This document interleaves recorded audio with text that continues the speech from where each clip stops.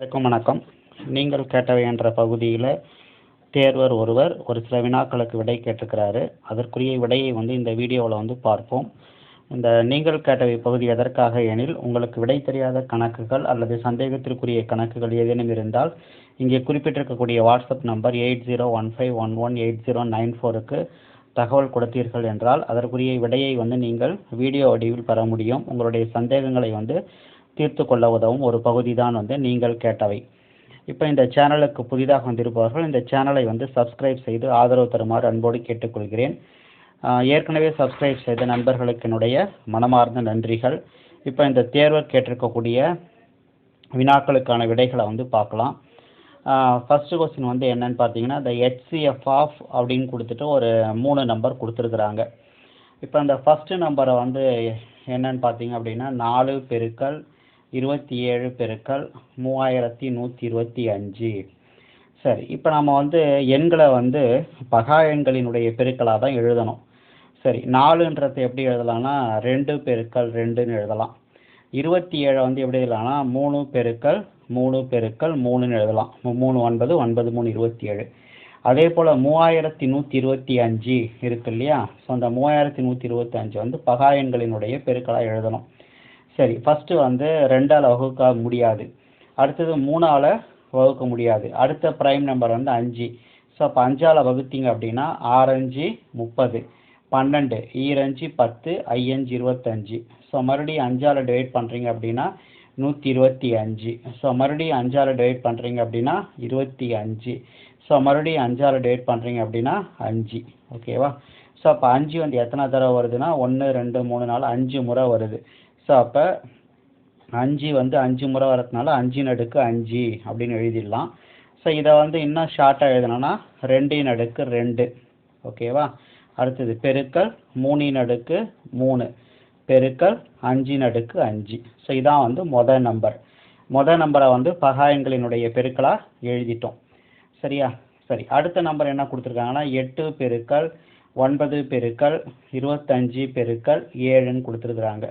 சரி, 8 எப்படி எழுதலாம்னா 2 கியூப்னு எழுதலாம். 2 2 4 4 2 8. 9 எப்படி எழுதலாம்னா 3 ஸ்கொயர்னு எழுதலாம். 25 எப்படி எழுதலாம்னா 5 ஸ்கொயர்னு எழுதலாம். 7 அப்படியே வச்சுக்கலாம். ஸோ எல்லாமே பகா எண்கள் தான். அடுத்தது கடைசி நம்பர் என்னன்னு பார்த்தீங்கன்னா 16 பெருக்கல் 81 பெருக்கல் 5 பெருக்கல் 11 பெருக்கல் 49. சரி, இப்போ 16 எப்படி எழுதலாம்னா 2 அடுக்கு 4ன்னு எழுதலாம். 81 பார்த்தீங்கன்னா 3 அடுக்கு 81 எப்படி எழுதலாம் பாருங்கள். ஸோ இதை எரைஸ் பண்ணிடுறேன் இதை. ஸோ இப்போ 81 3 அடுக்காக எழுத முடியுமா அப்படின்னு சொல்லி பாருங்கள். ஸோ 81 3ஆல் பண்ணிங்கன்னா 27. ஸோ மறுபடியும் 3ஆல் பண்ணிங்கன்னா 9, மறுபடியும் 3ஆல் பண்ணிங்கன்னா 3 9. ஸோ அப்போ 3 அடுக்கு 4 அப்படின்னு ஆகிடும். 5 அப்படியே வச்சுக்க வேண்டியதான். ஸோ 11 அப்படியே வச்சுக்க வேண்டியது, அதெல்லாம் ப்ரைம் நம்பர் தான். 49 7 ஸ்கொயர்னு எழுதலாம். அவ்வளோதான். சரி, இப்போ இந்த 3 எண்களையுமே நம்ம என்ன செஞ்சுருக்கோம் அப்படின்னா பகா எண்களினுடைய பெருக்கல் பலனாக எழுதியிருக்கிறோம். சரி, இப்போ HCF கண்டுபிடிக்கணும். ஸோ HCF அப்படின்றது என்னன்னா பொதுவாக இருக்குது இல்லையா, அதில் அடுக்கு சின்னதை எடுத்துக்கணும். இப்போ இங்கே 2 அடுக்கு 2 இருக்குது, 2 அடுக்கு 3 இருக்குது, 2 அடுக்கு 4 இருக்குது. ஸோ எது சின்னது? 2 அடுக்கு 2 தான் சின்னது. அடுத்தது பொதுவாக இருக்கிறது 3 அடுக்கு 3 இருக்குது, 3 அடுக்கு 2 இருக்குது, 3 அடுக்கு 4 இருக்குது. ஸோ அப்போ 3 அடுக்கு 2 அதுதான் சின்னது.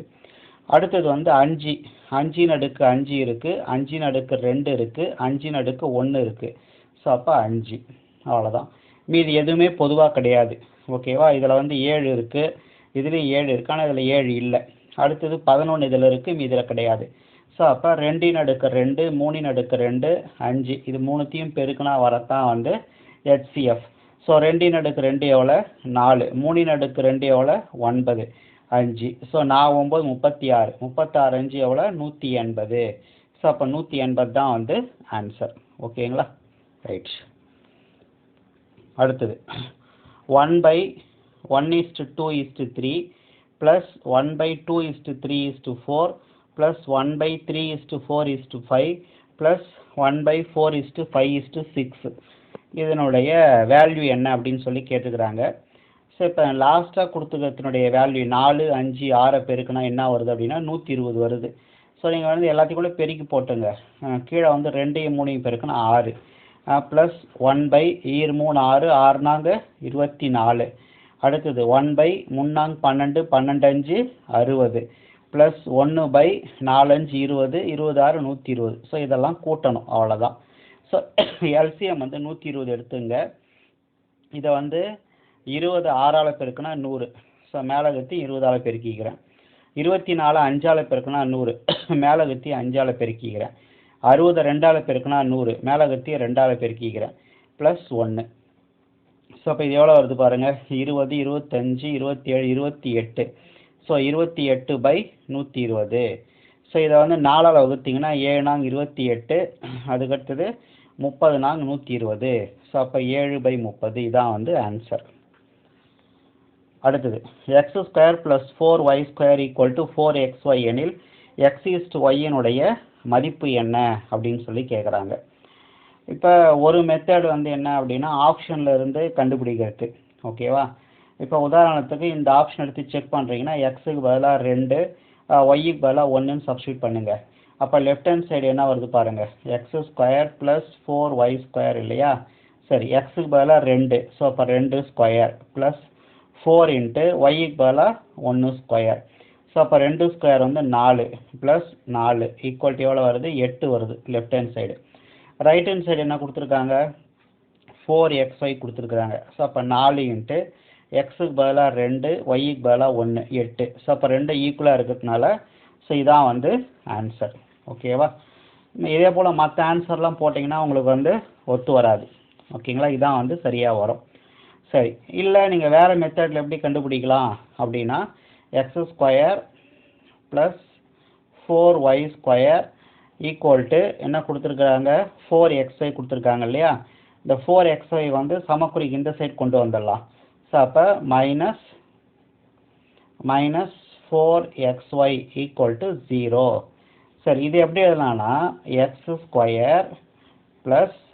2y² - 2 இன்ட்டு x இன்ட்டு 2yன்னு எழுதலாம். ஓகேவா? இது வந்து பார்த்தீங்கன்னா a² + b² - 2ab அப்படின்ற மெத்தடில் இருக்குது. ஸோ அப்போ இது எப்படி எழுதலாம்னா x - 2y² அப்படின்னு எழுதலாம் = 0. அப்போ இதில் இருந்து x - 2y = 0. ஓகேவா? x - 2y = 0. அப்போ இதில் இருந்து x = 2y அப்படின்னு சொல்லி கிடைக்குது. ஸோ நமக்கு வந்து x/y தான் கேட்குறாங்க. ஸோ அப்போ x/y = 2/1 அப்படின்னு சொல்லி கிடைக்கும். ஸோ அப்போ 2/1 என்ன அர்த்தம், 2:1. அவ்வளோதான் ஆன்சர். ஓகேங்களா? ஸோ எல்லாமே ஈஸியான கொஸ்டின்ஸ் தான்.